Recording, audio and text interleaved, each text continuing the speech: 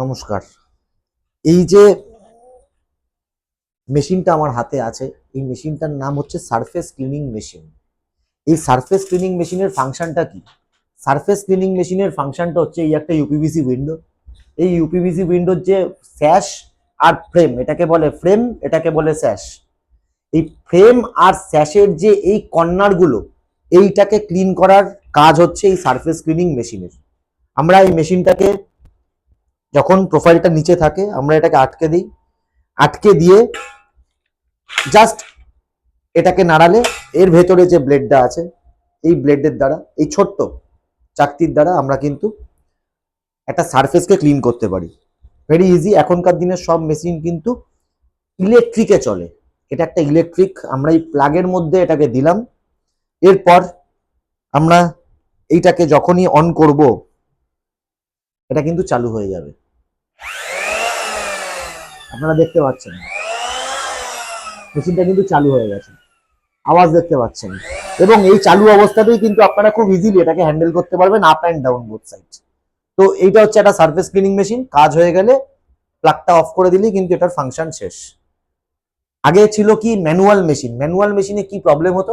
Manual মেশিনের problem একটাই, সেটা হচ্ছে যে বাটালিটা থাকতো ভেতরে, সেই বাটালিটা কিন্তু প্রত্যেক মাসে বা প্রত্যেক 2 মাস অন্তর অন্তর সারফেসটাকে ক্লিন করতে করতে ভোতা হয়ে যেত, এবং সেইটাকে চেঞ্জ করা বারবার, এটা একটা কিন্তু বিরাট প্রবলেম। কিন্তু এই মেশিন কিন্তু বছর 3 আরাম করে চলবে।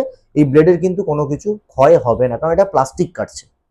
এইটা হচ্ছে আমাদের সারফেস ক্লিনিং মেশিনের ফাংশন। এই মেশিনের ফাংশন হচ্ছে, এই মেশিনটা কাজে লাগে হচ্ছে ড্রেনেজ সিস্টেম করতে।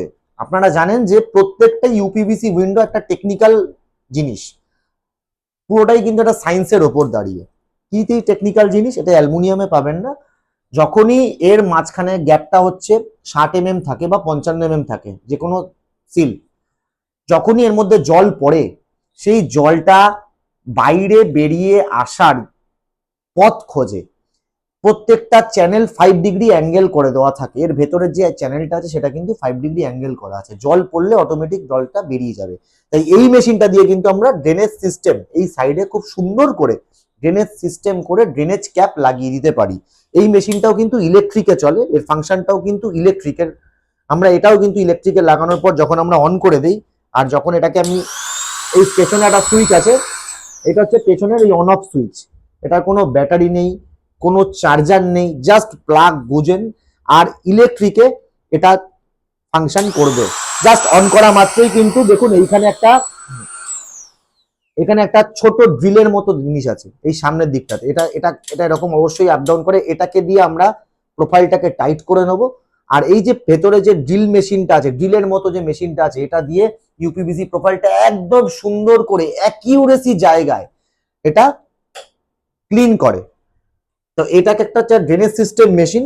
এই মেশিনটা কিন্তু খুব উপকারী মেশিন, খুব তাড়াতাড়ি, খুব সহজে একদম ফিনিশিং প্রোডাক্টের সময় এই মেশিনটা লাগে। যখন একটা প্রোডাক্ট পুরো ফিনিশ হয়ে যায় তখন ড্রেনেজ সিস্টেমটা করতে এই মেশিনটার দরকার পড়ে। এটা হচ্ছে 0 ডিগ্রি মেশিন। যেটা আছে সেটা হচ্ছে, এটা হচ্ছে একটা 90 ডিগ্রি মেশিন।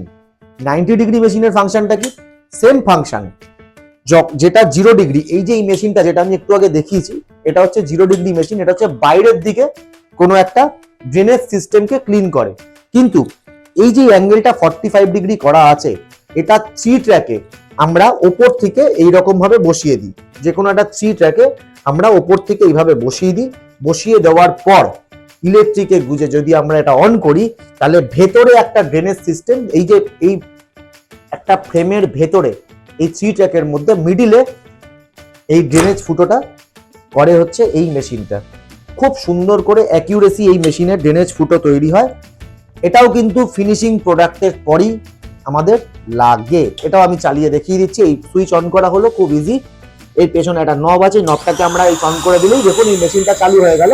এবং এইটা কিন্তু হাই স্পিডে, এই যে জায়গাটা আছে, যে ড্রিলটা আছে, এটা কিন্তু হাই স্পিডে ঘুরছে।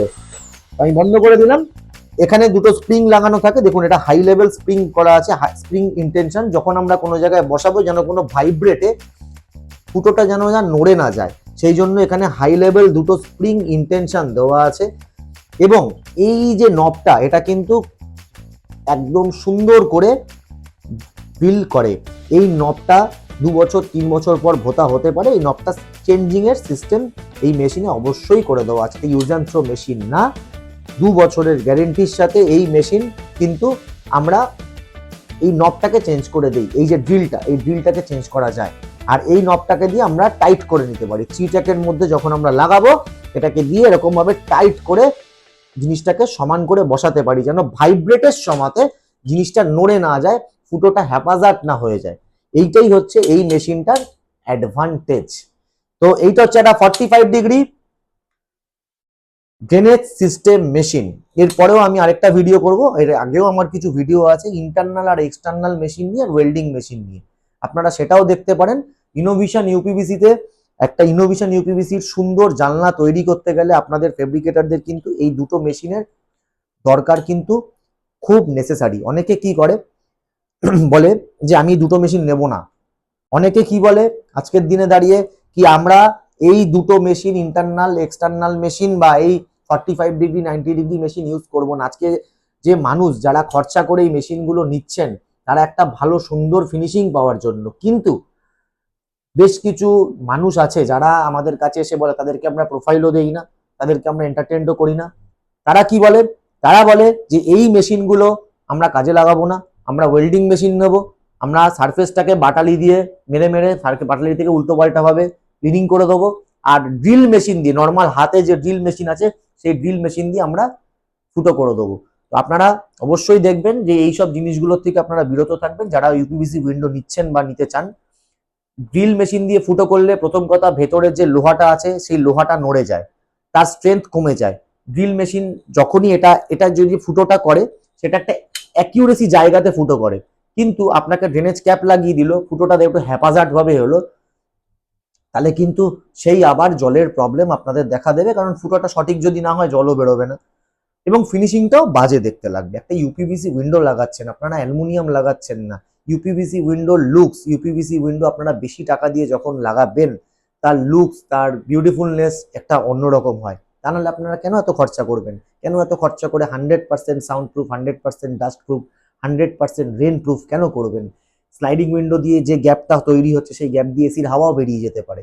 তাই এই ধরনের মেশিন ইউজ করা ম্যান্ডেটারি। হ্যান্ড টুলস যারা ইউজ করেন, ওয়েল্ডিং মেশিন যাদের বড় আছে তাদেরকেও আমি অনুরোধ করি যে 45 ডিগ্রি 90 ডিগ্রি 0 ডিগ্রি তিনটে মেশিন ইউজ করা mandatory, internal external machine use করা ম্যান্ডেটারি, আর এই সারফেস ক্লিনিং মেশিন ইউজ করা কিন্তু ম্যান্ডেটারি। তিনটে মেশিন আমি আপনাদেরকে দেখালাম, আপনারা আশা করি বুঝতে পেরেছেন। Thank you very much.